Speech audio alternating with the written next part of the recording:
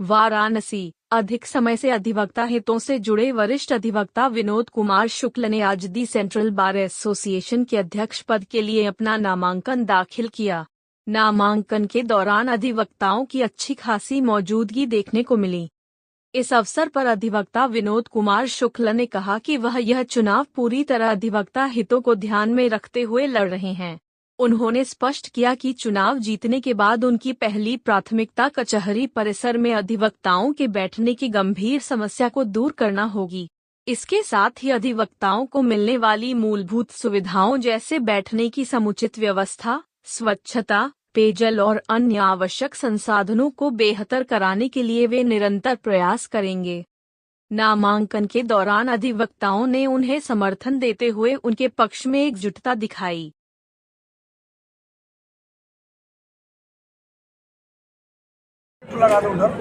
ठीक है भैया भैया भेज देगा।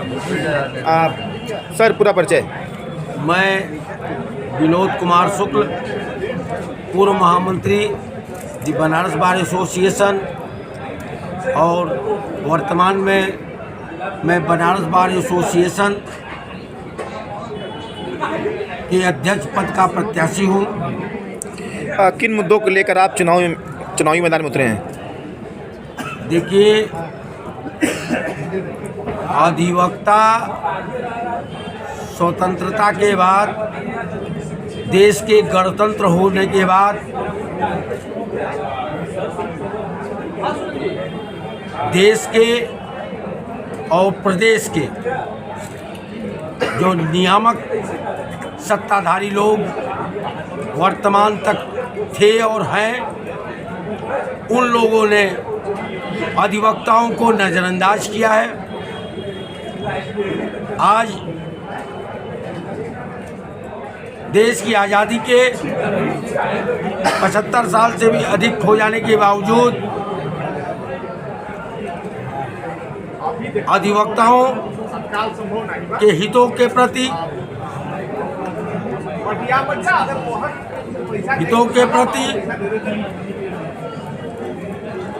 सरकारों का नज़रअंदाज करने वाली नज़रिया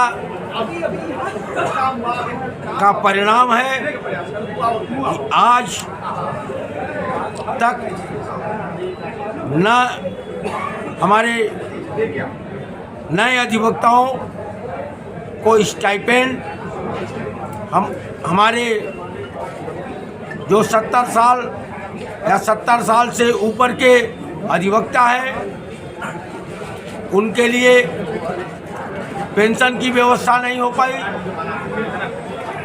और हमारे जो युवा अधिवक्ता साथी हैं, इन अधिवक्ता साथियों के लिए न इंश्योरेंस की कोई पॉलिसी है, न कोई मेडिक्लेम की व्यवस्था है। बार काउंसिल के मद में सरकार का कोई योगदान नहीं है। यह सारे तथ्य और परिस्थितियां हम सभी अधिवक्ताओं को आंदोलित करती है और हम अधिवक्ता आंदोलित हैं। और इसको लेकर आने वाले समय में यदि मैं बार एसोसिएशन के अध्यक्ष के रूप में निर्वाचित होता हूं, तो बार एसोसिएशन के जानिब से आंदोलन होंगे। और अगर यदि हमारे अधिवक्ताओं का प्यार, समर्थन, बहुमत का मुझे प्राप्त नहीं हुआ, तो भी मैं आंदोलित रहूंगा। दूसरा विषय है कि जिस प्रकार न्यायतंत्र भ्रष्टाचार की भेंट चढ़ रही है, वह भी अधिवक्ता होने के नाते, अधिवक्ता राजनीति के सिपाही होने के नाते मुझे आंदोलित करता है। और मैं समझता हूं कि करीब करीब कमोबेश सभी अधिवक्ताओं को आंदोलित करता है। भ्रष्टाचार एक गंभीर मुद्दा है, सिर्फ न्याय व्यवस्था के लिए नहीं, देश के लिए भी एक गंभीर मुद्दा है। इस भ्रष्टाचार के खिलाफ भी समेकित लड़ाई और सभी लोगों को साथ लेकर लड़ा जाएगा।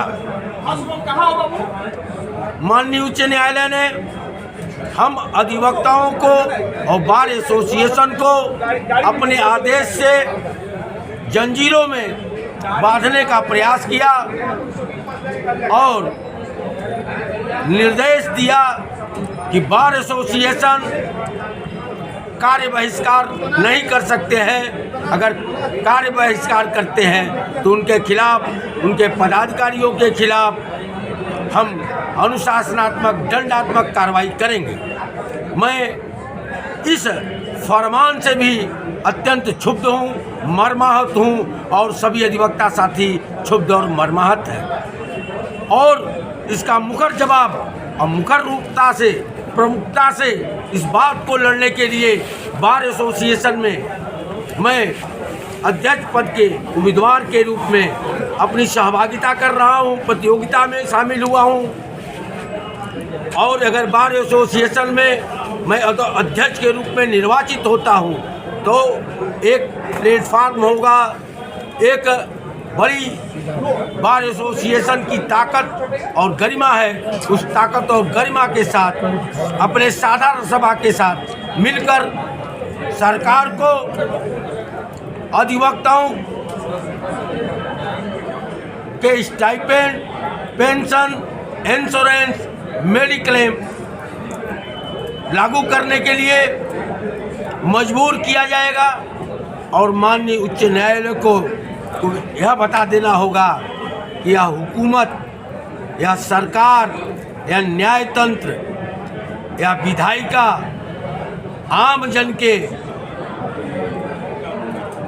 हितों के लिए है, आम जन की सुविधा के लिए है और किसी की भी तानाशाही बर्दाश्त नहीं की जाएगी। और चाहे इसके लिए जो भी कुर्बानी देनी हो, क्योंकि हम में से हर कोई यह चाहता है कि चंद्रशेखर आज़ाद और भगत सिंह पैदा हो, महात्मा गांधी पैदा हो, नेहरू पैदा हो, सरदार पटेल पैदा हो, लेकिन दूसरे के घर में पैदा हो।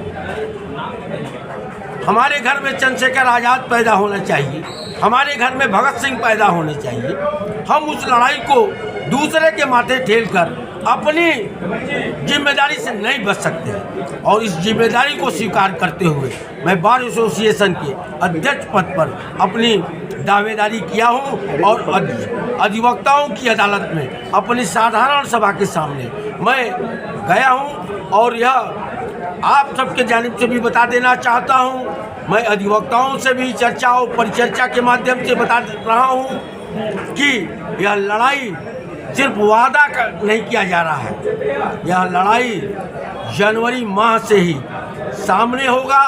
और आप मीडिया के लोगों को भी मैं यह कहना चाहता हूँ कि इस बात को आप रिकॉर्डेड रखें। अगर आपको ऐसा दिखता है कि मैं अपने इस वादे और विश्वास के से डगमगा रहा हूँ, तो इस बात को आप मुझसे प्रश्न खड़ा करने के लिए स्वतंत्र हैं और आप आएंगे। इसके लिए आपको बराबर मेरी तरफ से स्वागत रहेगा।